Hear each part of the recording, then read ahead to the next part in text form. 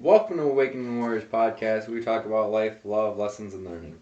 See how good I do that now? So good. I'm like a fucking professional. Pretty uneventful week, I feel like.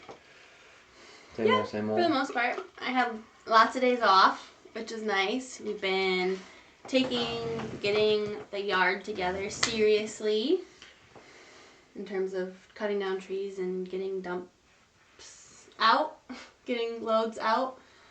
Yeah, it was just an absolute clusterfuck, so this is our second time doing this, so. I started a new job, technically. So, yeah. Some new things. It's been hot. And progress. Also. Oh, yeah. You had a good week. Good job. Proud of you. I want to publicly acknowledge that. Your nostrils do this thing when you say things like that. What? They I don't know, they flare out when you're Because I'm proud of you. Using this weird voice and acting weird.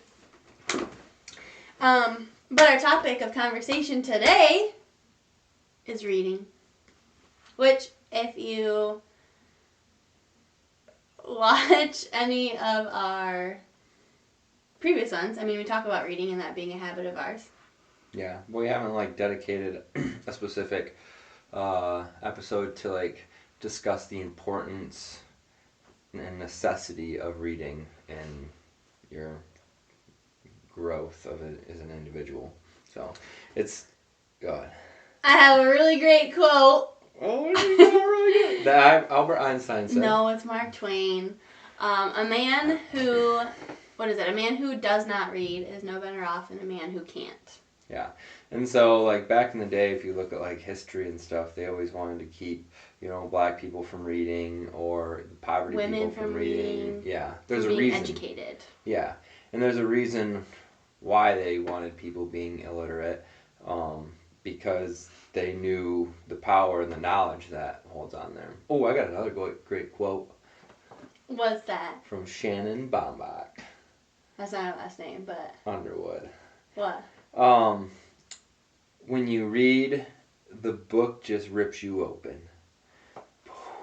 Yeah. Something along those lines. Good ones, too. That was,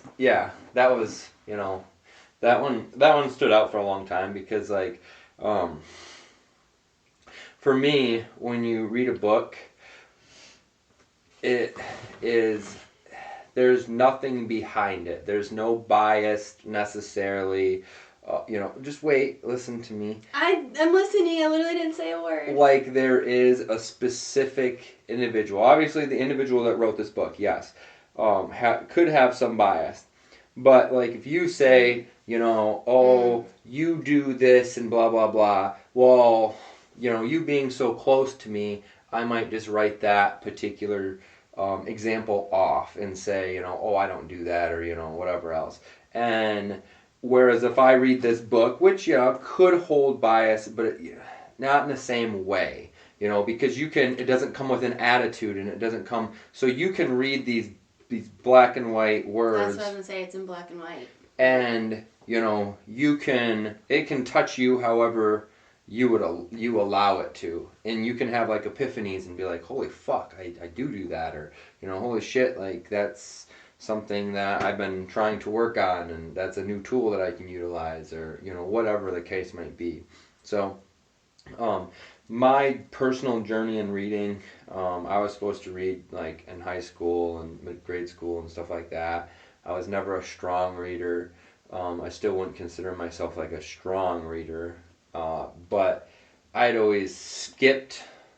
Typically, I'd just skim because, the way they'd have homework is I just look for keywords, and just skim it. I wouldn't actually, read it. I would search for keywords and, what was that, Spark Notes or Cliff Notes or something like that. Mm-hmm. I utilized that in high school. I think I did read, like I said, that one Stargirl book. I read that one all the way through, and I liked that one. Because we had to read it. But I'd never started reading. The only reason... Go ahead. I didn't read much of the books that we were supposed to read in high school, but what I did read was novels and stuff. So I read Nicholas Sparks books. I read Cassie used to read Danielle Steele, and she had a lot of those books. So I would like borrow books from her, but those were, again, they were novels. So, where I first got my kind of like nudge to read was Amway. We joined Amway for a while, and you know, being around those type of individuals that wanted more out of life and that had more out of life. That was one of the things they said, you know, read for 15 minutes a day or whatever. 10 pages? 10 pages or 15 minutes? I don't remember. I think it was 10 pages and then 15 minutes of audio or something. A personal development book, specifically. Yeah. So Which, maybe we'll circle back to this. There's nothing necessarily wrong with novels, but they don't necessarily hold as much life-changing power as, obviously, a personal development one will. Yeah, and I will say, if you have any belief in the law of attraction and stuff like that, they can raise your, you know, emotions, you know, one way or another. So you have to be careful of what you're reading and watching on TV specifically. Well, yeah, whatever you're putting in your brain. Yeah, garbage in, garbage out type of thing, and you know, also frequencies and vibrations and shit. But yeah. So I think one of the first books that I started reading was Rich Dad Poor Dad by Robert Kiyosaki. I feel like that's a lot of people's first books. Always popping the cherry. In terms of like personal development, maybe. Yeah, definitely. And then there was The Compound Effect. That was a really good one. Slight Edge. I mean, because they always had books that they encourage us to read. So they always had like, they had like books of the month type of thing, didn't they? That you were kind of supposed to read. Because they were always pushing books on us all the time. Yeah, I can't remember though if that was like if they had a list of ones. Yeah, I think they had a list. Yeah. So they had a list of books that they would just kind of encourage you to read, and you know, your mentor would kind of, you know, see where you were lacking and, you know, encourage it, you know, point you in the right direction for a book, because, you know, typically like they've read these books as well, so they already know the benefit of, you know, what it's going to what you're going to get out of it. So, and it kind of sounds cheesy, but remember when we went, I think it was Mark Evans, right? And Marcus, somebody was up on stage talking about his just journey in life, and he said like reading changed, like drastically changed his life. I think it was because he was in prison. Yeah, I think so. Yeah, he was in jail or prison or something, or juvie maybe. He was young, I thought. No, because I'm pretty sure he was in football, in the football league at that point, and then he took a car and crashed it or some shit. Okay, but yeah, he was incarcerated, whatever version of that, and he started reading and said it just like drastically changed his life. Yeah, for sure. And reading's drastically changed my life. Like, it is one of the, it's the long game, right? It's not going to change your fucking life overnight by any means. It is a long-term play for sure. And there's also, I think, different levels of it, because you can read and not actually apply any of what you're reading, but I also believe that you're still planting seeds. Yeah. So even if you don't fully embody and live out everything that you've ever read from any book, it's still in your brain. You've still planted that seed, and it might show up, like you said, long game, like years later, that seed might start to develop, and you're like, oh my gosh, that came from that book. Like. Yeah. Yeah. It's definitely not going to hurt you. As long as you're reading the right material, yeah. Right. Yep. Because, there's often times that I'll just struggle through books and, like, I'm like, what the fuck am I doing? But it's also challenging myself, and, like, I'm not getting half of, like, what the book is saying, but it's also, like, you know, it's challenging my mind to actually try to understand these concepts, because, you know, if I read it again, I'd be a lot better off. And that's what, like, Kevin Trudeau talks about, you know, I like when he says, like, oh, you know, what's your current, have you read that book? And he's like, yeah, I read that book once. And he's like, oh, you also ate once too, you know, like, you should continue to feed your mind just like you feed your body. And that even goes for, like, rereading books, because in theory you are a different person if you're growing and changing and evolving than you were when you read it the last time.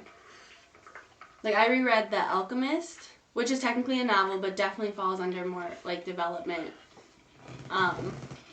And that one, yeah, it just hits you different. Things just you are a different human, so different things will land, or different things will have more emphasis, or you won't catch things the first time that you do when you read it next time. And Yeah, it's like watching a movie over again. You're like, oh, I didn't even notice that they planted that in the background, or you miss a lot more. You miss subtle things. So, and like you said, you are different individuals, so then you see things differently. So, and it's kind of cool because we were just looking at books that we've read in the past few years. We started tracking what books we were reading in 2020.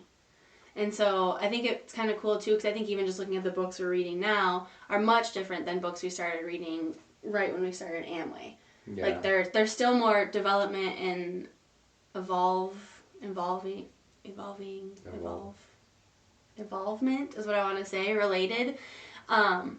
But even just looking at the shift of books that we were really heavily reading at one point in time and to where we've kind of shifted now. I think the books that I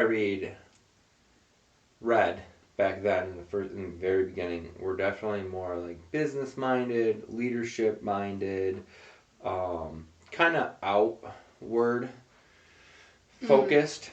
Where now the books that I have been recently focusing over the past couple of years are more inwardly focusing, because they're more so about, I mean, the leadership book and that stuff still, like, it's still about you, but it's not not as deep as what it could be. Like the Robert Kiyosaki one's a great business book, surface level business book, but it's not going to teach you your flaws and how to overcome them and your narcissistic tendencies. Or right, your inner workings. Yeah, exactly. So, and I think that's going to take you, my personal opinion, is going to take you a lot further in life, just as far as peace, joy, and happiness, which is more so what I want to obtain. Because I could have, if I could be flat fucking, if I could have peace, joy, and happiness and be flat broke, I would probably take it, because like literally you don't need anything because you're content right there, realistically, right? But you could have all the fucking money in the world and be the most miserable prick ever. So I think there's got to be a balance there. I still want to have all these experiences and go to Rome and go, travel everywhere, but it's nothing if I'm miserable in Rome. It's just like, oh, I fucking hate my life. I said, what's the point of it? So that's where, and I came from a very miserable place, I think, through my childhood. So that's what's really like caused me to shift my focus more so towards the inner workings of myself. I would say like where we are now, they tend to be more spiritually based, if you want to call it that. Yeah. Another huge influence on us was David, our transformational coach, and he just like opened my, because that's I think which was approximately 2020. Then that's where our shift happened from, basically personal development books in general to more so inner spiritual working, how we operate books. Because I didn't even really understand I didn't even understand that side of things. I didn't know that was like a thing, I guess. Yeah. It's funny, I don't know, I brought up like a coach I worked with, something to a client. And I said, you know what? I actually have notes somewhere. And so she was like, would you be willing to like share some of that with me? And I said, I'll look through it and like see what would like. But I don't know. It's just interesting because that was a very pivotal, I think, yeah, just a big point in our lives where we had a major shift. And I don't know. I mean, this has nothing to do with reading, but it's just interesting how like that came up recently with a client. And I want to look. I have a bunch of your notes in my email, but I don't know where all mine are. But anyway. Yeah, so he kind of shined a light on that whole other side of personal development, because usually personal development is really looked upon like business books and success and leadership. Books and Whereas these things are talking. I don't even know how to describe them. Like The Power of Now is a really good spiritual book, and The Pain Body.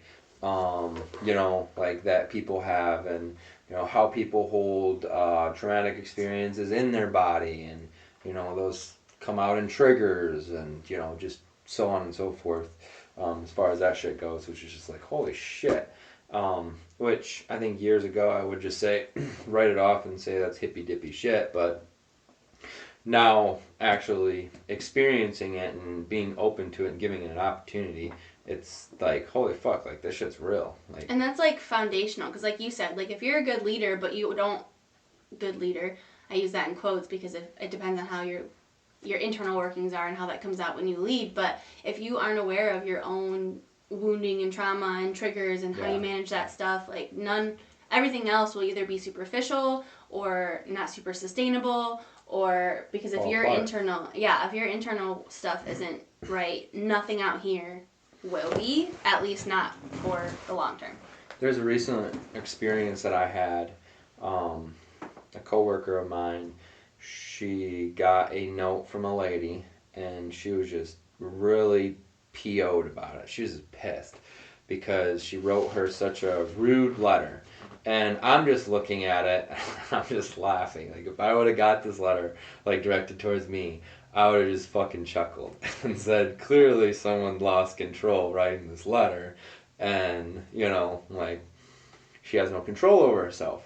So then I'm trying to explain to this the coworker of mine, like, hey, listen, you can't get upset about what she wrote. And she's like, oh no, I'm pissed. I'm furious. I'm gonna tell her, show her, something along those lines. She was going to make an example out of her for doing that. And I was like, basically, if you're letting someone else puppet you. You're letting someone else, because they did this, now you feel this way. And I'm trying to explain to her, I'm like, you're her puppet. And she wasn't really getting it. But that's a huge thing, because I could have got tied into that whole thing too. But I'm kind of taking a step back, and I'm looking at, because I used to be her. I used to be in that example, in that position, and get upset about everybody that if they said something mean or disrespectful or whatever else. And now I'm just like, I don't really fucking care. I have no attachment to that, because I'm not gonna allow you to dictate how my life is. And did that come from reading? Yeah, definitely. Yep. David or Ed Milet talks about your life experience comes from the quality of your emotions. And I feel like that's a really good example that relates to that. So if you're a lot watching the news, and I know we're kind of getting off on a tangent here, but if you're watching the news and stuff, and every 5 minutes you're upset about abortion or what Biden did, or what if the borders open, or this, that, there's millions of things to be upset about that you could be upset about, and you just choosing to pick some of them. But with reading, maybe you can even find out that hey, some of this stuff isn't actually what it's to be, like, oh wow, what they're telling us. What we're being lied to, and shit like that. Because a lot of people, the most reading they do is a fucking article, the headline of an article, and that's it. They don't do any reading outside of that. And then I think too, when you look at the news and things like that, so much of that is out of our control. And like you said earlier, garbage in, garbage out. So what you decide to read or watch on TV, that is in your control. And so that's why, reading is part of our morning routine. There might, this morning I didn't read. So probably in a week, I probably don't read 2 mornings, I'd say, maybe, on average. But we start our days with routines, reading being a part of that get us in the place that get us in a good place to be able to move throughout our day from we got up, we read, we worked out, we meditated, whatever that looks like. It's like priming yourself for the day. You're getting endorphins released out of your body or into your body, to kind of get you jump started with all the hormones and endorphins, the positive things. And then, you're also reading some good quality content of something that's, broadening your philosophical ideas, or making you turn into yourself and confront something that you need to confront in order to live a better life. Insert and here. For me as a therapist, I was mentioning this. I think it goes beyond just reading, but a lot of what I read, I think, has made me a better therapist than stuff that I was like needed to do and read in grad school. Oh yeah. Like, especially like this book right now. I think a lot of times I try not to project, obviously, but I'm a human, and so when I'm experiencing something and like things come up in session with my clients, I'm like, ooh, so I'm actually reading this book, and it's kind of cool because I talk to them too, like, I'm human, I have my own triggers, I, lose it sometimes or don't do things super gracefully or whatever. I'm like, but I'm reading this book and like here are things that I'm working on. I think this could be super helpful for you too. And so it's cool for me to be able to pull from what's showing up in my life because I'm reading this book and also seeing it like drastically help my clients. Like I had one session with a client on Friday that was so freaking good, and so much of like what I'm reading now I pulled into that session because that was what she was struggling with, was like being present. So I'm like, ooh, here's what I'm reading, and here are things that he says to literally embody being present right now. Because so I'm reading The Power of Now by Eckhart Tolle, and we know, most of us know that we need to be more present. Okay, what does that actually mean? Yeah. And so my client's like, well, I do my chores, I hang out with friends, I do my work, all these things. I'm like, okay, but that doesn't automatically equal present. I'm like, how much of your day, how much of the time that you're doing these things are you actually present? Like, just checking off to-do list does not mean present at all. And so it was just cool to like talk about those things and then pull in little examples of like, here, you could do these 3 things that will literally bring you to this present moment right now, and practice that over the week. And that's all because I'm reading this book. And that's because, you could be cleaning your house, but you could be thinking about your friends. That's not a present in thing. So you're doing this physical thing, but you're thinking about something else. You could be hanging out with your friends, and then you could be, texting or playing on your phone or whatever. That's not being present with your friends and being present in the moment, because you're just constantly in your head. So it was cool too, because I was like, you've experienced presence. We all have. It might be fleeting. I'm like, well, what does that feel like? And she was like, it actually just feels kind of like stillness. I was like, yes. And so then we talked about that, which like I was able to like bring these things up, and I was like getting fired up right now even talking about it, but it's because I'm reading this book that I'm able to show up in that way and able to help other people and able to, I think in a way, because I'm teaching it too, it's landing deeper for me because I'm not just reading it and trying on my own, I'm also teaching somebody else. Here's another tangent quick. Just because someone has a fucking degree doesn't mean they know anything about anything. Like when you walked out of there, yeah, you walked with a master's degree, but I would bet you would agree with me that reading all the books in your whole life has made you a better therapist than specifically what they taught you in college.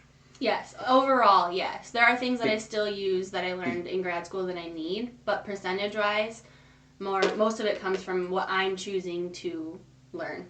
So most of these fucking therapists are fat, lazy, have horrible relationships, and have nothing to offer, but yet people are going to them and getting nothing because these therapists don't have anything to offer in general, because they don't read these books. They have so much shit that they haven't solved on their own self, and then they're having these other people come to them, and then they're causing even more strife, giving them wrong answers and wrong direction, and fucking they're both living in fucking misery. And this is why I don't have a problem with all therapists, obviously, but like I'd say the majority. I won't even say a percentage. I'll say the majority of therapists are fucking absolutely worthless. I've been to a therapist. My wife's a therapist. I see therapists. I see who, I see these things, and I'm like, clearly you have a lot of unresolved issues, and you can't even fucking help yourself, let alone help me.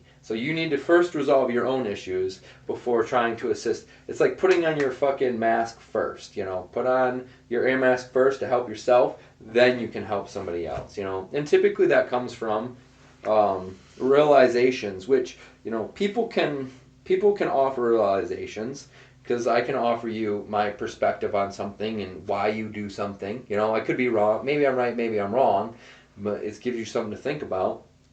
Or you could take this book with no bias, I'm using my air quotes, and it's just black and white, and then you can come to the conclusion on whether you do these things or not.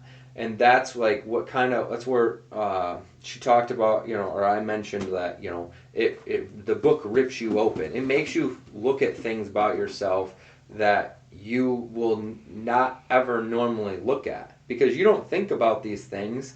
Like you're not thinking like, oh, I'm a fucking narcissist. Like you're probably, if you're a narcissist, you're probably thinking you're not a narcissist. Yeah, I was to say, especially with that one specifically. But if you start reading, you're like, holy fuck.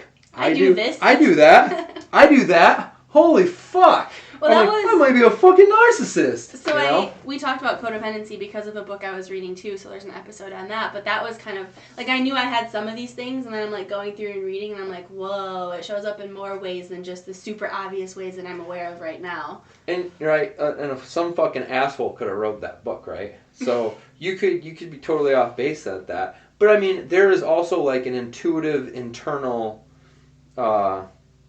radar that will, like, okay, this is like actually quality, good information, Right. And you can also, even if you want to, you can look at like, okay, what's this guy's specs? I was gonna say, I've done that before for authors that I don't know a lot, or I haven't heard of before. I'm like, let me look them up, because like, who is this guy telling me these things?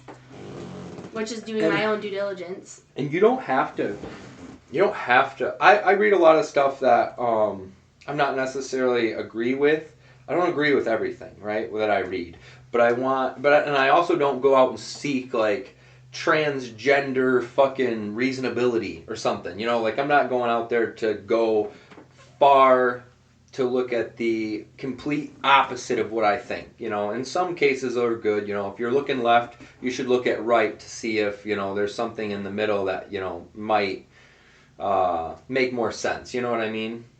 Are you gathering what I mean? Oh yeah, you don't want to just read everything that confirms all of your beliefs. Yeah, for sure. So, I don't specifically look at those books. I just pick up whatever book that I think, is calling me, or book that I was recommended to me, or, something that I need to specifically work on and stuff like that.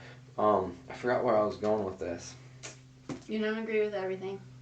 Oh, so, I like Jordan Peterson, for instance. Jordan Peterson's wrote a couple books. I have read none of them.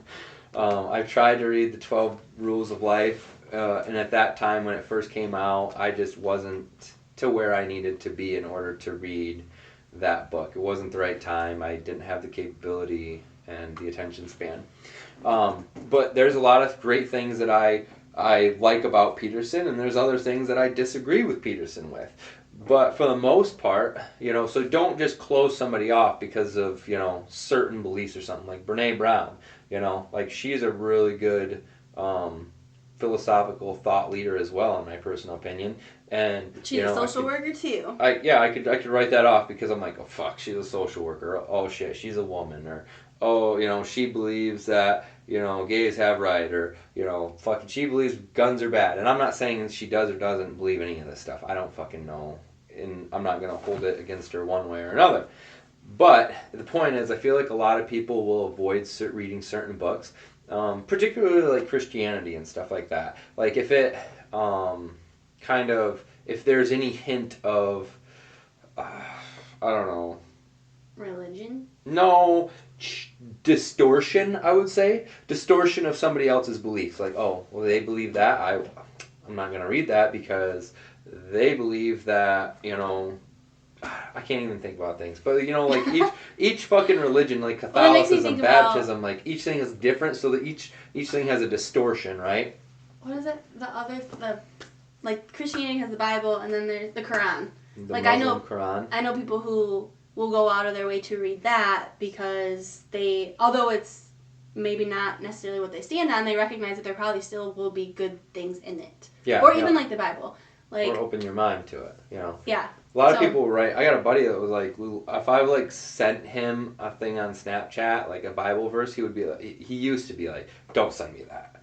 And I'm like, bro, that is too extreme. Like, I'm not, like, pushing the shit on you or anything. It's not like I'm like, have you heard about Jesus today? Like, I was literally just saying it because I was like, damn, dude, that's really good. And, at the time, he got upset with me sending that to him, so. And I think, so this is another topic, but I think some of that goes with, like, wounding from the church and from families and religion and things like that, where people just get completely like shut off to it. But it reminds me of, I don't remember who gave this example, but it's like grocery shopping. Like there are so many options of so many flavors of crackers. You don't need to grab every single one. Grab what fits, grab what you need, and then move along. And I think reading a book can be that way. Listening to podcasts can be that way. Like there are things that, yeah, I'll listen to somebody who generally I enjoy listening to, and he'll say things that I'm like, what? I don't think that at all. But it doesn't mean I write off every single podcast of his after that, because there is good stuff still. And so I take what applies to me, I take what's helpful to me, and then I leave the rest. Yeah, yep. So I'm currently reading a big-ass book. It's well over 500 pages. It's called the Neville Goddard Deluxe Collection. It's basically all 14 of his books in one. So, I mean, really, they're actually pretty short books if you really can think about it, because, you know, you got 14 books and 500 pages.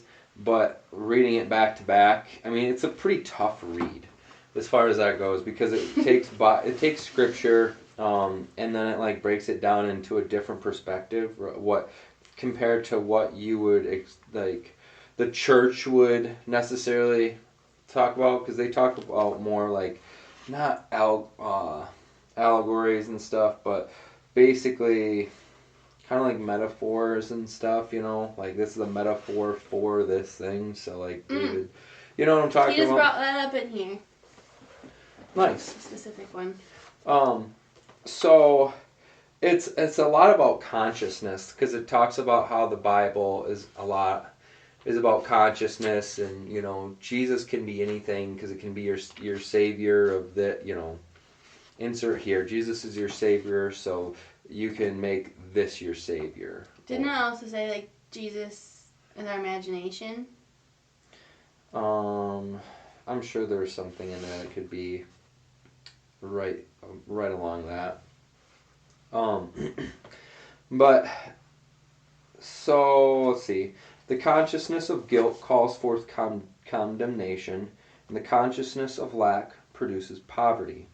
So basically, it's specifically a lot about breaking down how the Bible talks about consciousness in metaphors. And so everything, and we won't dive into this right now, but I'll say almost everything. Almost everything, or everything living, I will say, has a type of consciousness. And he says everything.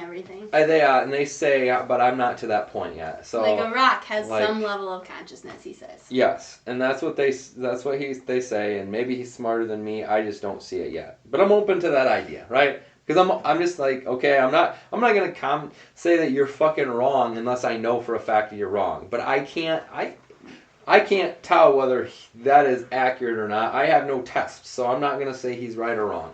But anyways, in my personal opinion, everything living has some degree of consciousness. A tree, a blade of grass, all has consciousness. It's a living thing, right? Well, so, then if you even think beyond like leaves like reaching toward the sun and photosynthesis, like there's a process in. Yep, exactly. So, you know, and then you might jump up to a bug and say, okay, that thing has a consciousness. And then you might jump up to a cat and a dog and say, okay, that thing has a certain level of consciousness, right? And so, as a child, you're born, right? And you have a certain level of consciousness. You know about, probably your basic needs. You know you need food. You know you need... you're uncomfortable. You know you're uncomfortable. You're thirsty. You're tired. Yeah. Typically your body needs. And then you get to an adult, and hopefully you have a little more consciousness. Hopefully. Hopefully you have a lot more. Well, fuck. Some of these people, bro. Like, Jesus. And so, like, you learn to develop that consciousness. And for me, that's kind of what this game has come all about, is my level of consciousness. Like, do I get triggered by these things? Do I jump into your fucking playing your game, or, something like that? And I like, it's, again, I mentioned this in other podcasts, it comes down to like superiority for me. It's an egotistical reason to doing that, but I'm aware of that, right? It's good that I can sit here and say that I am doing something for an egotistical reason, whereas some people might say, well, no, I'm not doing that for an egotistical reason. I often joke with you and say that I'm enlightened and shit like that. And that beyond... Which, it does piss me off. I have a definition for enlightenment if you want to know what Eckhart Tolle says it is. Oh, fuck. Hold on. Okay, the word enlightenment. It is simply your simply your natural state of felt oneness with being.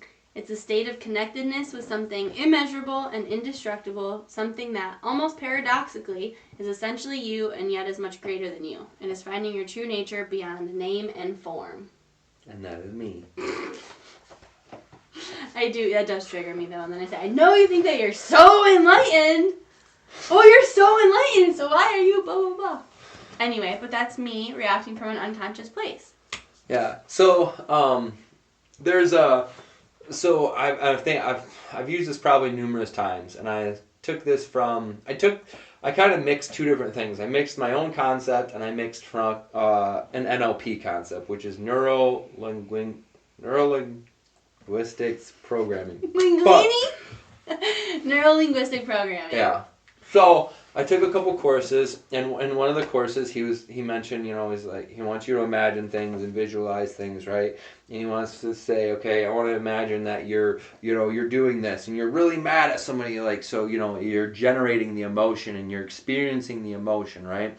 And then he says, okay, cool, step back, open your eyes, close your eyes. Okay, now I want you to imagine that you're sitting in a movie theater, and then you're watching yourself be mad at this individual. So then you're going from the emotion to watching someone experience the emotion. And then he says, open your eyes, close your eyes, and then he wants you to go up to the projector. Now you're the one playing the movie, watching that guy watch the movie. So you're watching yourself experience that emotion. And that really is fucking, like, I've experienced it. I probably literally only experienced it one time that I can think of. The projector level. One time in my experience have I ever experienced that level. One time. But I do know it fucking exists.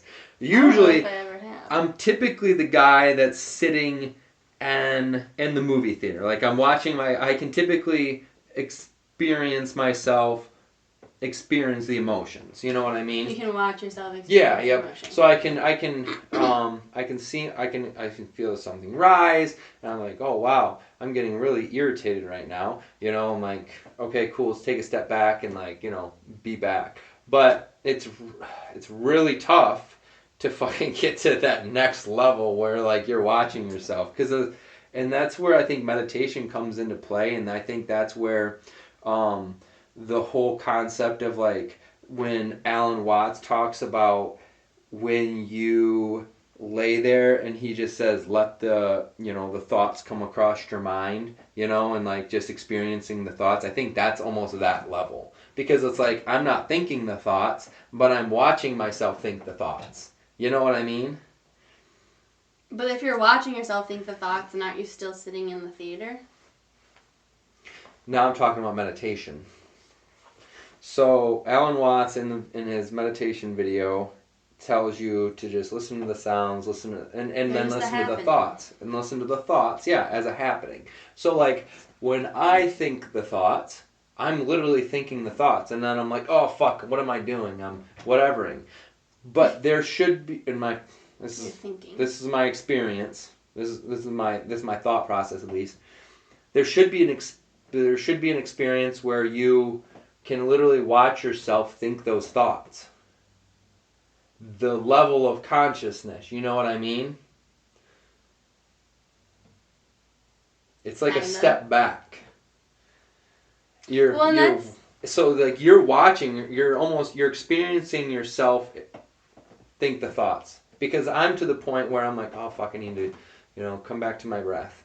Because I'm like thinking about what I got to do today, or what happened this morning, or whatever. And then I want to be to the next level, so I'm thinking about it just like the movie theater. I'm here, thinking the thoughts, and then I'm here, experiencing myself thinking the thoughts, and then I'm here, experiencing myself experiencing the thoughts. And that reminds me, because I don't know if it's here or if it's been in other books that I've read, but they talk about like our true essence, our true soul exists behind the thoughts. And that's like, that kind of makes me think of that a little bit. I've never heard about that, but yeah, it's a similar concept. We should start doing like what our current reads or book recommendations on Facebook and Instagram, because at the end of this we'll just like throw some out there and kind of recommend books if people want to read them and shit. So, but I mean, I haven't read a shit ton of books, but I'm guessing I bet you I've read 100 books now. It's pretty good. Not really when I hear about some of these fucking people, dude. Some of these people bust out books. Seriously. I'm like, dude, that's insane to me. And maybe I should take a more intentional thing, driving, because some of these books just like I start them and I feel guilty. I don't feel guilty, but I don't feel okay not finishing them. Finishing them. So I'm like, no, I cannot fucking not finish this book. Well, I'm a quarter of the way through. I'm finishing this book. A lot of people do audiobooks. I do too. I do audiobooks too. I don't at all. So, audiobooks I only do when I have an opportunity. So I listen to podcasts. I listen to Ed Milet things. I listen to a lot of Ken McElroy things, which is real estate. Robert Kiyosaki, Peter Schiff. I listen to a lot of different things on YouTube specifically, and I also listen to Impact Theory is a good one. I also listen to audiobooks, but it's usually when I'm running, so I'm like trying to compound my time, because when I'm listening to a book or have like a decent drive. Yeah, or a decent drive. Because when I'm listening to a book, I also don't pick up on as much as I could. The same thing with this, but I feel like my mind wanders more often when I'm listening to an audio, because I get off on a tangent and like think, and I'm like, oh fuck. But yeah, then it's easier to be like, oh shoot, I just didn't pay attention to the past 3 paragraphs. Let me go back and reread it. Yeah. So I try to avoid audio book, or I don't try to avoid, but I focus more on reading an actual paper book, because I do think there's a huge difference. It challenges your focus and just stretches you a lot more, because you have to focus on the concept, and it takes mental fortitude to kind of read through the actual pages. So, and focus is huge, because if you think about right now, our world and society is going in a not so focused thing and direction. Our attention spans are getting smaller and smaller. Yeah, if you think about like a video or something that you watch, like you're just TikTok and shit, you're just like flick. And I have a TikTok, I just never use it, but I do have, I still see them on Facebook, which is basically the same thing. It's the same fucking thing. It's just not specifically like do that. And I'll swipe through probably 10 of them, and then I'll be like, you know what? I need to fucking put this down. Earlier when we were just like chilling in bed, I was just like laying there with my eyes closed, just listening to all the videos you're just flipping through. Yeah. So I'm just as guilty. I definitely have an easier time not picking up my phone. Yeah. We are not perfect. I'm closer than some, but I've still got a long way to go. I will never arrive, unfortunately, as much as I think I should have by now. So, yeah, it just is what it is. And books... What? Go ahead. No. Books are a huge leverage point in your life. If you start to... They'll change you so much faster than anything else, in my personal opinion, because outside of experience, right? Outside of some like life moving God, what do you call act of God? An act of God, yeah, God directed life event. Books are probably your biggest key component in change.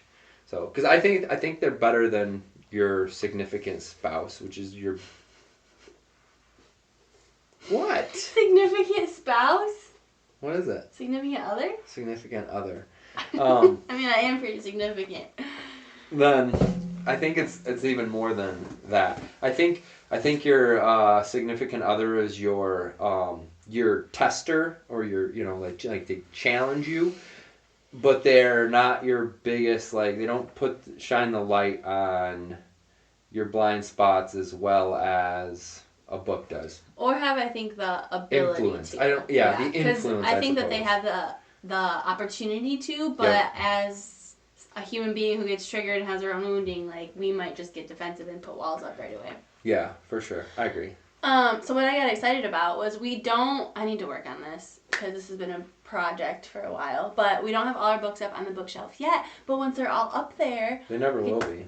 They can take a picture and share it also, because I feel like I always look up, and that's what I'm looking at as our bookshelf. Yeah, we could just show you too, but I think it would be cool to get all the books up there. Yeah. I don't know what they'll fit. They won't fit. We also have doubles though. We have up here. a lot. Yeah, they still won't fit. So yeah, I thought this was an extremely important topic that we touched about, because it is such a. I'm gonna punch you in the face. We touched about. I want to see how many times I can say that in a row for episodes. Make it like a drinking game every time you tell me you want to punch me in the face. Drink. Anyway. Yeah, it's a game changer at the end of the day. That is literally because books cause self-awareness, I believe, or can cause self-awareness if you're writing the right books. And self-awareness leads to change. So. Boom. And trauma. Trauma leads to change too. Oh, and trauma. And trauma leads to change. Some of the books that come to my mind are The Four Agreements. Mm-hmm. That's a really good one if you're just starting reading too. Yeah. Yep. The Alchemist, like she had recommended before, that's like a novel. The Untethered Soul, The Dragon Doesn't Live Here Anymore. Unlimited Power by Tony Robbins. The David Goggins book, Can't Hurt Me. That's a good one. Did you read A Return to Love or not yet? I don't know. I listened to Return to Love. I'm almost done. That one's a pretty decent one. It refers to A Course in Miracles a shit ton. Which is a whole nother book. Which is like a 2,000 page book, and I've read a couple hundred pages of it. A lot of people quote it. I have like a... Dude, it's a monster. A Course in Miracles Made Easy or something. It's obviously like a way shortened. What else? A couple of novels. So I was done. I was done. You're just gonna... Book. I was done with my We can't take turns? Go ahead. So I am a big fan of novels that are in this genre. I love those. So a couple of them that we have both read. Jonathan Livingston Seagull. Jonathan! That's a good one. And we have inside jokes with each other too, because we both read these books. And she usually reads books after I read them, because I'm like, listen girl, you gotta read this book. The Celestine Prophecy. What's David's called? The Train of Transformation. Yeah. Okay, now you can go again. Well, I'm listening to you. I was on a roll. Oh, and keep rolling. No, it's too fucking late. Unless you're gonna give me some time to get going again. Midnight Library is also another novel that was good. Yeah, I got nothing right now. I was on a roll. Well, you could have kept going. Advocate for yourself.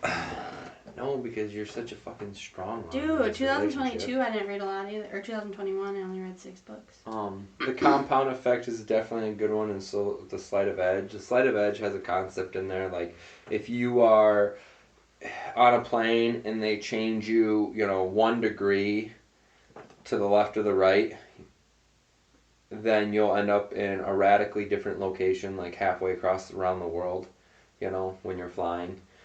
So that, you have to basically keep everything on track and keep focus. And The Power of Intention. Did you mention that one? Isn't it Sleight Edge? Sleight of Edge. Anyway. Sleight Edge, whatever. Yeah, The Power of Intention by Wayne Dyer. That one's really good. I reread that one also. Eckhart Tolle, The New Earth. That's I almost like that one almost better than The Power of Now. I was gonna say The Power of Now. That one's a really good one. Extreme Ownership's pretty good. By Jocko Willink. Mm-hmm. Yeah. Let's So see. let's wrap this shit up. Hold on, I'm not even done. Don't be rude to me.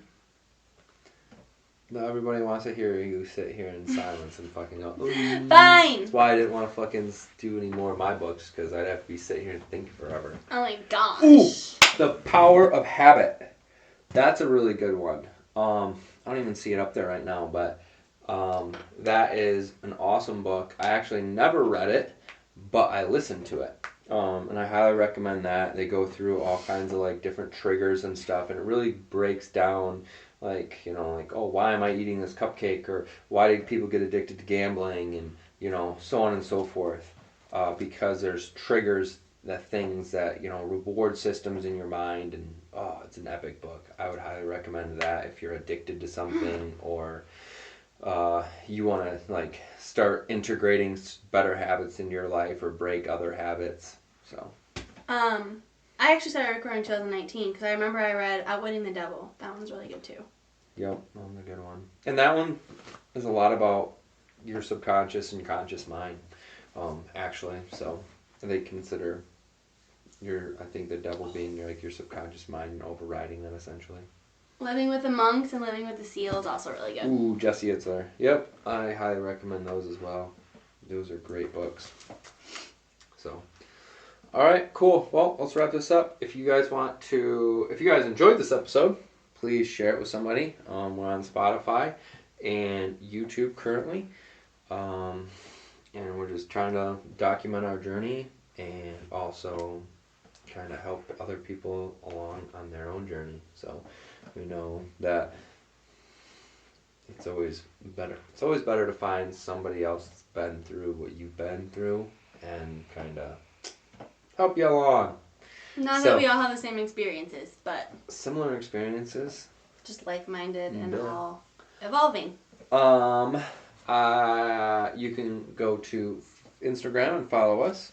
My lovely wife will start posting our books and stuff regularly and having a fun experience with that. You're you can not go to capable? Facebook. I am incapable. I don't even know where to start. And you can go to Facebook and like our page. And subscribe on YouTube. Oh my. Subscribe on YouTube.